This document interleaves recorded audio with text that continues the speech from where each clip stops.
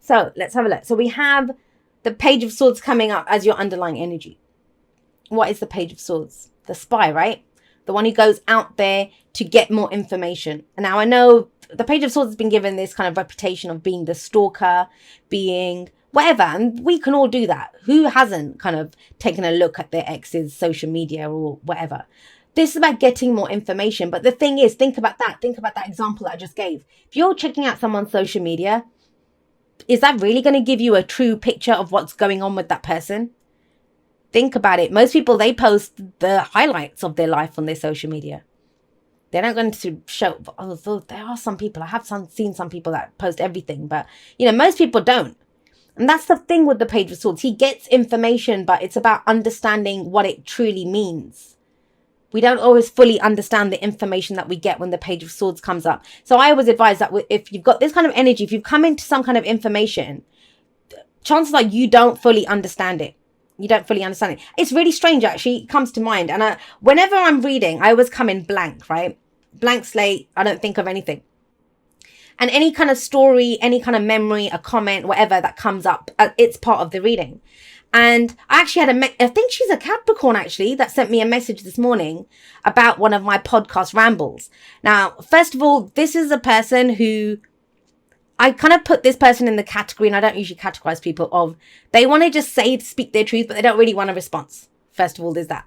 Secondly, that's what she actually said to me about the podcast ramble, was that she didn't understand it. Basically, her comment showed that she didn't understand what I meant for the whole manifestation thing. And it's understandable. There's a lot of people that don't understand manifestation. It's something that we talk about a lot. But she didn't ask me the question. She gave me a counter argument to what I was saying, which I found very interesting.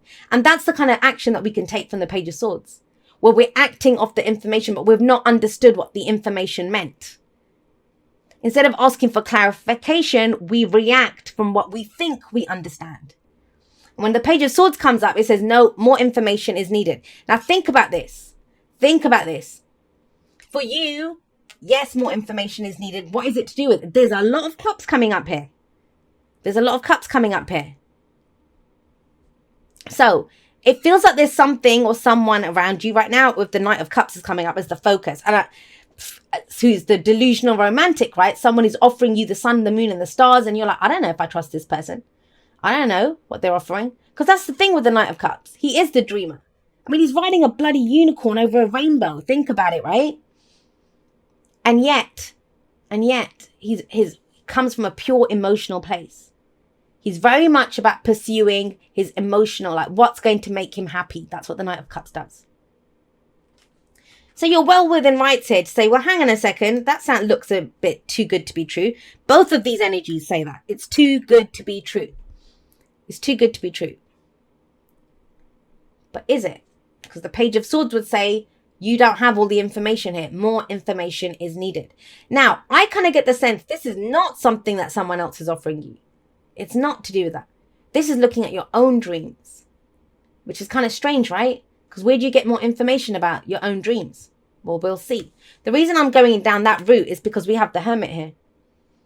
The Hermit is coming up as the past energy last week, last month, last year, whenever, right? And this talks about taking a step back. We can go into hermit mode in a room full of people, in an office full of people. It doesn't mean that we literally go into seclusion. Some people do. Some people do go and retreat. And this is where they just disappear to go figure out some stuff. Some people do that. But it's in the past. So it's a general, so it can go both ways. Remember that in the messages that come through. But if there's someone central to your story, this could be trying to explain to you what's happening here. But the Hermit is someone who's taken a step back to go and reevaluate. But how are they reevaluating? Again, have a look. There's nothing around this person. There's nothing around him. So the Hermit is actually looking within. That lantern, it usually has a star in it, which is a star of hope. So it's about looking within. This is the card for Virgo. And I always see the Hermit as someone who is trying to regain their power in a situation. Regain their power. It's a card of self-empowerment. Because ultimately, no matter what the situation is, what the Hermit discovers is that only he or she has the power to change the situation. To change the situation. Now, even when we manifest, right? And a lot of people think manifestation is how we act. Actually, I'll give you an example. I mean, I love that person. If you're watching this, the person who messaged me this morning, thank you. Everything happens for a reason, and it feels like that was part of this message. So what I want to say is this, that we don't manifest from our actions. We don't manifest from our thoughts. So the example that that person gave was that, I'm a good person and I manifest bad people. Are you good to yourself though? I mean, I'll give you an example. When I'm critical, when I'm really critical of myself, like, oh, why did I do that? Why did I do this? That kind of self-criticism that comes in. I will encounter people that criticize me. Now, I don't ever go around criticizing people. I'm very much live and let live. Everyone has their own truth. You do you, boo. That, I will just see if you're crossing my boundary, if it works for me or not. But I don't ever criticize or judge anyone. And yet I encounter people like that. Like does attract like, because they are treating me how I'm treating myself. And that's important to remember, because we have the Ace of Cups coming up in your present. What is in your cup? What's in your cup? This is the opportunity to begin a new emotional cycle. Now, what does that mean? Something that makes us happy. When the Ace of Cups comes up, we see the potential for great happiness in this situation. Now, it's just starting. Starts off with our own cup. But this is why I think there's some emotion bubbling up here. There's some feeling that you have, whether it's about a job, whether it's about a person, your living situation, whatever it is. There's an emotion that's coming up and it feels good. It feels good. But I get it. When you've gone through so much and it feels like whatever has come up, it's come through your own soul searching, through this Hermit energy, whatever this was. There's something that you understand now about what's in your cup, about the love that you have to offer. Every great love story begins with how we love ourselves. No one's going to come and prove us wrong. If we love ourselves and respect ourselves, we teach other people how to love and respect us. And yeah, sometimes you'll meet people that disrespect us, and then it's a chance for us to prove, do we truly respect ourselves? Will we reject this based on what we know about ourselves? So with the Page of Swords coming up here, this is almost like more information on what's in your cup. If you take nothing else away from this, Capricorn, just take away this one question. Why do you feel the way you feel? Why do you feel the way you feel? And you have the answer because you've already been through it. But it's almost like there's a glimpse of happiness in it. It feels like there's a distrust of it. I don't know if I can trust this. I don't know if I can trust how I feel. I don't know if I should begin this new. My cup feels great here, but what's going to happen? What happens with it? Because have a look at what's coming up in the future. And this is a projection from where we are, right? The Seven of Cups. The Seven of Cups, it's fantasy, it's illusion, yes, but it asks you which dreams are worth pursuing, which dreams are not. I feel like this is the week where you have a change, a shift in your dream. What it is that you want, what it is that you desire, what it is that you think will make you happy. And, someone might look at this and think, well, I don't care about emotions, I don't care about love, I don't care about any of that stuff. Yes, you do. Everything that you do comes from a place of love and emotion. Everything that you want, even if it's completely practical. If you want that house, if you want that job, if you want that million in the bank, you want it because you think it's going to make you feel a certain way. Right? So if the way you feel and what makes you happy has changed, then your goals and dreams are going to change too, right? Makes sense? That's why I think the Page of Swords is so crucial here. This is about getting more information. Getting more information. Now, with the Seven of Cups coming up, and have a look. She's riding a bloody dragon over a rainbow that's coming out of a cup. This is a fantasy here. But it's asking you which dreams are worth pursuing, which dreams are not. What is your dream? What is the wish? Because I feel like it's changed. It's changed. That can be very disconcerting. Yeah, it can be. Think about it. If all you've ever wanted is to get a great job with a pension, or you've been studying something, or, whatever, then if all of a sudden now you think, well, I might like to get married, that's going to throw you for a loop. It's going to be like, no, what am I doing? But it's trusting how you feel, trusting what's in your cup. That's why that's so crucial with that here. Getting more information about what's in your cup. Pages are they're the least experienced of the court cards. I see them very similar to aces, actually. So the Page of Swords is going to be very similar to the Ace of Swords. We have an idea. We kind of know what it is, but it's about fleshing out what the thought process is, fleshing out the information, changing our perspective, figuring out what is truly going on with my cup, with how I feel.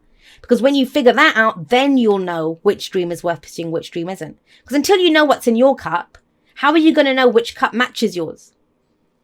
That's when people try to link up with any old person, because they don't even know what their own cup is worth. They don't know what's in their cup, and they will audition anyone for that role of boyfriend or girlfriend or business partner or whatever. Or, you'll go for any old job because is it going to make me happy? That's the big thing here. Is it going to make me happy? Now, what's your advice? The advice is this is going to drag you kicking and screaming out of your comfort zone. You lucky devils. And I say that because I love it. Whenever I come, well, all right, let's be clear on this. Whenever I hit the limit, whenever I get to a place where something is uncomfortable, I know that that's the limit of my comfort zone. I know that's the limit of my comfort zone. That's called comfort zone for a reason. It's because we want to stay in that comfort zone.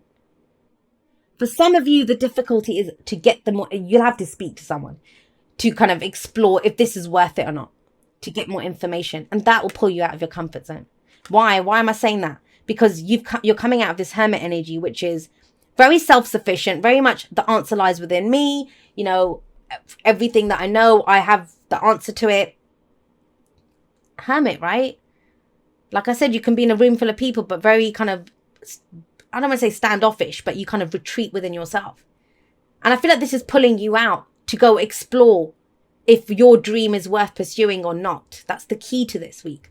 But it's going to, look at the advice, is let go of this. And this is the Miser card. Now, for some of you, yes, it could very literally be that to do all of this, you're thinking, I don't have the money. So that if you want to start a new business is going to make you happy. You're researching what it would take to get this business going. This might be, I don't have enough money to do this. But it's the only card that would be about that. Everything else is about you. How you feel, what you want to pursue, what you want to do. Now, that's just for a few of you. I think the main message of the Four of Pentacles is look at this person. They're holding on to these Four Pentacles for dear life. Those Four Pentacles represent some kind of physical, because Pentacles are always, something that we can see, feel, and touch. They represent the earth energy, possessions, people, money, jobs, anything that we can see, feel, and touch that's around us. And it represents our security. We do not want to be vulnerable. So this person holds on to the Four Pentacles that they have now. That's great. It's very good to know what is of value to you. However, whenever fours come up, there is no change. There is no movement. And this card says that more than anything. So what the Four of Pentacles is saying to you, if you hold on to what it is that you have here, you'll keep it. You won't lose what you have, but you won't get more.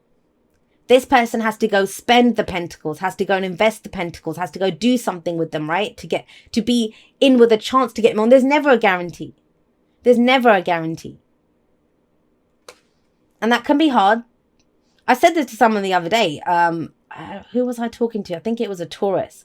And I said, look, what was coming up in the conversation was that, look, the kind of downfall is that unless you guys see it in front of you or you can hold on to it or grab it, it doesn't exist to you. It doesn't exist. Like you kind of can become, and obviously it depends. I'm talking about pure earth energy. No one is pure earth energy. Even I have a Virgo moon sign, so I can be like that. But unless we can see it, the practical results or see the plan or what's going to come out of this, sometimes we don't believe that it's real. And that's what's pulling you out of your comfort zone, because this is all heart energy, thoughts, information. What do I need to know? What do I need to communicate? What questions do I need to ask? And it's pulling you kicking and screaming out of this hermit energy. Sorry, Capricorn. Fun though. Figuring out what it is that you love and where you want to take it. And it's new. Now, of course, aces can be a new beginning within an existing situation. But even then, more information is needed with that Page of Swords coming out. And that Page of Swords may be overheard conversations, information that you come across, but it will give you that edge. I think you've done, and trust me, as a reader, I have to give the opposite advice to people usually, which is go within, look within, what do you want, what are the answers within you? You've come out of that. Everything that you could have done with yourself, it's there. It's done. You have that foundation now within yourself to go and express, to, have this cup, to hand it maybe to someone else, to make an offer to someone, or to accept an offer. Doesn't have to be romantic. Thank you so much to everyone that's been there with me. Whether this is the first video that you're ever watching of mine, or whether you've been there with me from before YouTube was even a thing in the Aquarian Insight world, because I've had my website for quite a few years now. Some of you followed me on there when that was all that I was doing. I'm so blessed that you guys are all a part of my journey, and totally and completely honored that you would make me and my messages a part of your journey. I never take that for granted. So I love you guys very much. I will see you next time, but that's all for now. Goodbye.